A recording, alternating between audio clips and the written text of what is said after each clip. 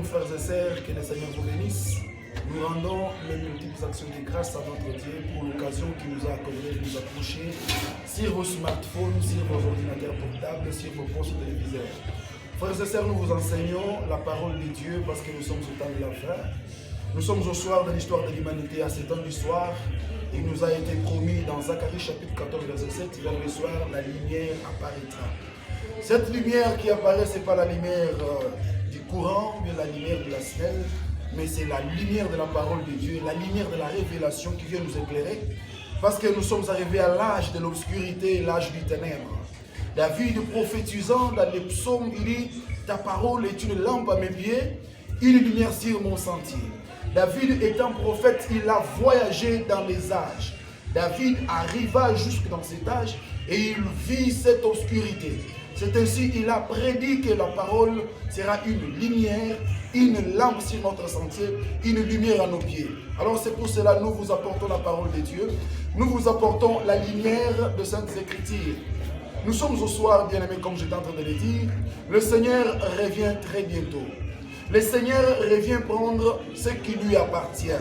La Bible déclare dans Matthieu chapitre 13, verset 4, un semeur est sorti quelque part et il cherchait un endroit pour semer.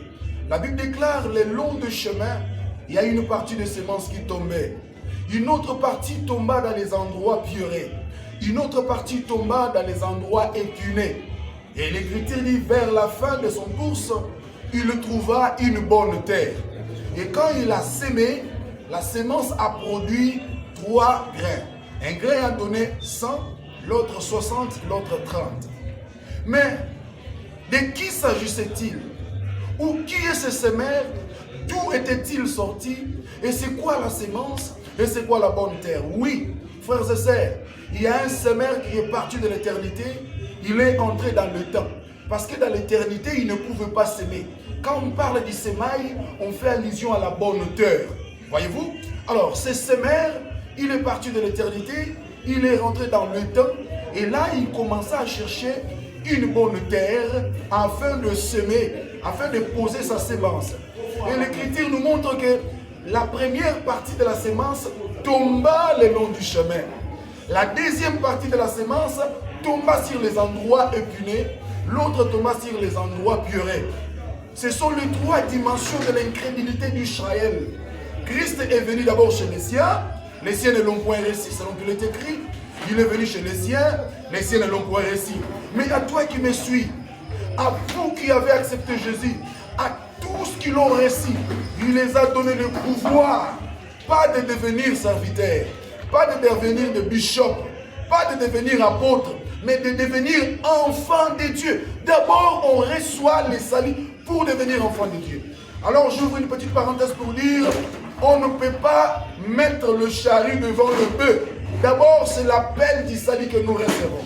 Mais dommage aujourd'hui, la plupart des personnes veulent usurper, veulent d'abord brandir des titres, mais ils n'ont pas reçu le salut.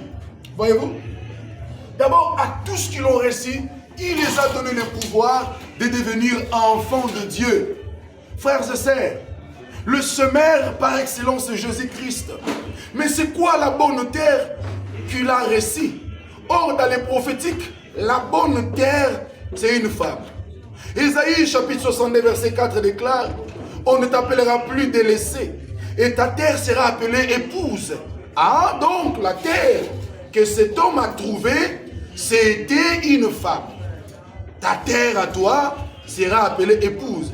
C'est dans Ésaïe chapitre 62 verset 4. Donc, la bonne terre que ce semeur a trouvée, ce n'était que l'épouse. Voyez-vous? Alors, quand l'épouse a reçu la sémence, l'épouse a produit les fruits. Donc, celui qui a semé sa sémence, il reviendra moissonner ce qu'il avait semé.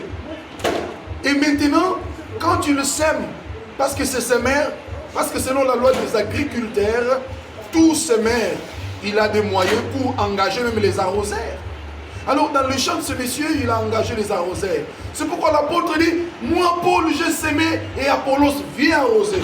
Donc Apollos, docteur, il joue le rôle de ministère. Christ a semé. Et maintenant, il a laissé ses serviteurs ces arrosaires. Ils sont là pour t'arroser.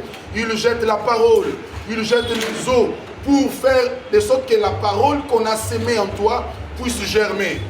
Frères et sœurs, celui qui nous a promis qu'il revient, il vient bientôt. C'est pourquoi dans Juge chapitre 14, verset 1er, la Bible déclare, Samson descendit à Timna. Et là, à Timna, Samson trouva une femme. Mais son père dit, mais mon fils, n'y a-t-il pas de femmes au millier de filles de tes frères pour que tu ailles chercher une femme chez les étrangers? Voyez-vous? Donc, c'est Samson qui n'a pas pu trouver une femme au milieu de ses frères. C'est Samson qui a trouvé une femme chez les Philistins. Ce n'était que l'image de Christ qui n'avait pas été reçue par ses frères, mais qui a été reçue par les étrangers. Et Juge chapitre 15 verset 1er, il est écrit, Samson descendit à l'époque de la moisson de blé. Donc, au 14e chapitre, Samson est venu fiancer une femme. Maintenant, au 15e chapitre, devrais-je dire, il est venu pour rentrer dans la chambre avec sa femme. Donc, Samson, il est aussi un semeur. Au 14e chapitre, il a semé la parole dans cette femme étrangère. Et au 15e verset, il vient aussi à l'époque de la moisson de blé. Or, la moisson, c'est une période où l'on fait les récoltes de céréales, non, de blé ou de toute autre céréale. Je le répète, la moisson, c'est une période où l'on fait les récoltes de toutes céréales ou le blé. Maintenant, il vient à l'époque de la moisson de blé. Donc, Samson avait semé quelque chose, et quand la chose arrive à la maturité, il vient faire la moisson.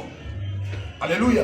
Donc, Samson incarna le mystère des semeurs, de ces semeurs qui est en Matthieu chapitre 13, verset 4 à 8. Il est venu cherchant une bonne terre, il ne l'a pas trouvé, mais à la fin, il trouva une bonne terre. Alors, tu es une terre, tu es la femme de l'agneau. Christ t'a sauvé, il te veut. Alléluia. Christ t'a épousé, il t'a fiancé, mais comme il t'a fiancé, il t'a laissé sous la responsabilité des hommes humains. C'est pour cela dans 2 Corinthiens chapitre 11 verset 2, la Bible déclare, supportez un peu de la folie de ma part. Oui, vous me supportez. Il dit, je suis jaloux de vous, d'une sainte jalousie, de la jalousie de Dieu. Je vous ai fiancé à un seul époux. Il dit, je vais vous présenter à Christ comme une vierge pure. Comprenez-vous ce mystère, frères et sœurs? Donc, l'apôtre Paul, il joue le rôle de la rosaire. C'est ainsi qu'il dit que non, je vous ai fiancé à un seul époux. Tu as été fiancé à Christ. Tu appartiens à Jésus. Tu n'es pas n'importe qui. Tu es l'épouse du roi. Dans la Bible, le roi, il se cherchait des femmes et autour de leurs femmes, il y avait des eunuques. Alors que l'eunuque, c'est quelqu'un à qui on a castré. Or, castrer, ça veut dire ôter la partie qui garde la sémence. Donc, cet eunuque, il n'aura pas sa propre sémence. Donc, il ne fait que répéter ce que son Seigneur a dit. Je me tiens devant vous comme un eunuque. J'ai été castré spirituellement. Je n'ai pas ma propre sémence à vous donner. Je donne la sémence d'en haut. Je donne la sémence divine. La sémence de Dieu. La sémence qui vient d'en haut. La sémence d'origine céleste à la couleur de l'éphode. Frères et sœurs, nous devons comprendre ces choses. Nous sommes au temps de la fin. Nous sommes arrivés au temps où l'Église sera plongée dans l'obscurité. Oui, nous sommes dans la 7e âge. L'âge de l'Odyssée. L'âge de l'Odyssée est caractérisé par 3 grands points. Numéro 1, il est écrit, tu penses que tu as tout, mais tu es aveugle, pauvre et nu. Voyez-vous? Donc, l'église de l'Odyssée, l'église dans laquelle nous nous retrouvons, c'est une église qui est, numéro 1, caractérisée par l'aveuglement spirituel, la pauvreté spirituelle et la nudité spirituelle dont nous voyons même les retombées sur le plan physique.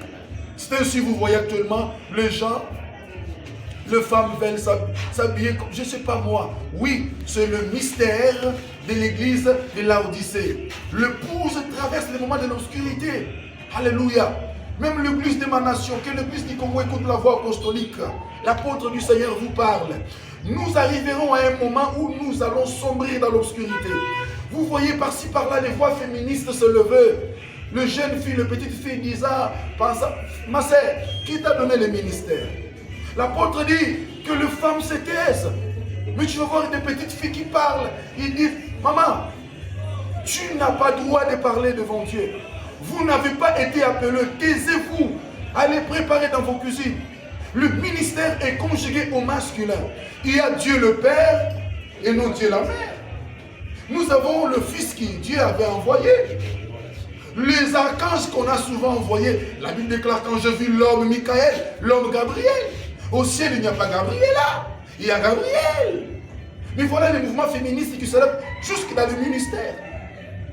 Si les voix apostoliques ne se lèvent pas, et je suis en train de voir ceux qui se font appeler des prophètes, ils se font passer pour des prophètes, mais ils combattent le ministère apostolique. Nous ne pouvons pas combattre le ministère apostolique. L'apôtre occupe la première position hiérarchique avec intérêt. L'apôtre, il est le premier parce qu'il pose les jalons. L'apôtre pose les fondements. L'apôtre, il est l'architecte. L'apôtre dit, j'ai posé les fondements comme un sage architecte. L'apôtre du Seigneur pose les jalons de l'église. C'est pourquoi il est établi premièrement. Et vous allez voir les gens qui disent non, Paul, non. Nous parlons de la Bible ici. Les femmes n'ont pas été appelées au ministère. Vous devez vous taire. Taisez-vous les femmes, taisez-vous, taisez-vous. Écoutez la voix apostolique. L'église dit comment écoute cette voix. Cette étoile montante de l'apostolat. Vous devez vous taire. Nous sommes au temps de la fin et nous sommes au soir de l'histoire de l'humanité. Si nous ne disons pas ainsi, il n'y aura pas de lumière. Si on ne dit pas ainsi, il n'y aura pas de salut. Frères et sœurs, vous nous suivez de partout dans le monde. Que Yahweh soit avec vous. Que Yahweh vous soutienne. Nous sommes au temps de la fin. La moisson arrive. La moisson arrive. Vous devez vous préparer. Parce que celui qui vient, il vient bientôt. Celui qui vient nous prendre, il vient bientôt. Alors vous devez vous préparer. Apocalypse chapitre 14, versets 14 à 20. La Bible déclare, un ange est sorti du temple. Il a vu, celui qui était sur, la Bible déclare, je vis sur la nuée quelqu'un qui ressemblait à un fils d'homme. Il avait une couronne et une fossile entre ses mains. Et je vis un ange qui sortait du temple. L'ange qui sortait du temple, il a dit à celui qui était sur la nuée, lance ta fossile et moissonne. Voyez-vous, il a dit à la personne qui ressemblait au fils de l'homme, qui était sur la nuée, il a dit, lance ta fossile et moissonne, car la moisson de la terre est mûre. Voyez-vous, un autre ange, il est sorti aussi dans l'autre temple. Donc, cela revient dire, le premier ange sortait du temple terrestre. Donc, c'est pour te dire, sur la terre, nous avons le temple appelé le temple de l'église corps du Christ. C'est pourquoi, aussi longtemps que l'enlèvement n'a pas encore eu lieu, le projet de la construction du troisième temple vont toujours se solder en échec. Parce qu'il y a encore un autre temple sur la terre. Alors, pour que ce temple soit enlevé, il faut que l'ange qui est dans l'église, l'esprit prophétique qui est sur les 5 ministères, le Saint-Esprit, celui qui va constater la maturité de l'église, et ensemble avec l'épouse, ils diront, viens. Apocalypse chapitre 22, verset 17. La Bible déclare, l'esprit et l'épouse disent, viens. Parce que l'esprit a constaté la maturité et il ordonne à celui qui est sur la nuée, afin de venir moissonner. Prépare-toi, le Seigneur vient très bientôt. Alors, qui seront éligibles à cette histoire? Ce n'est que ceux qui feront ce qui est écrit dans Ecclésiaste 9:8. Qu'en tout temps, tes vêtements soient blancs et que l'huile ne manque pas sur ta tête. Que le Seigneur vous bénisse. Préparez-vous. Bientôt, ça sera la grande moisson. Il va moissonner. Mais il va moissonner quoi? Galates chapitre 6, verset 7. Ne vous moquez pas de Dieu. Ce qu'un homme aura semé, il le moissonnera. Oui, il avait semé la parole, il vient moissonner la parole. Il avait semé la parole, il viendra prendre la parole. Alors, il faut que tu sois confondu avec la parole. C'est pourquoi Colossiens 3,16 dit que les paroles de Christ habitent abondamment en vous. Alors nous sommes arrivés au temps où on doit manifester Christ dans tout ce que nous faisons. On te regarde, on te confond avec le Christ. Comme Pierre, il pouvait nuire, il dit non, tu parles comme lui, tu agis comme lui. Oui, nous sommes au temps où on doit manifester la parole, parce qu'on vient moissonner la parole. Que le Seigneur vous bénisse. Que Dieu bénisse les bien-aimés Caleb Ndangi qui était derrière la caméra. Que Dieu bénisse les bien-aimés Bishop Roland Kalobo. Que Dieu bénisse notre sœur bien-aimée Sœur Mirchi. Que Dieu bénisse toute la communauté Bethlehem Church. Que Dieu bénisse ma bien-aimée, mon épouse, la femme du ministère, ma mari Tingalunda Woto. Que Dieu te bénisse. Que Dieu bénisse. On va se retrouver prochainement.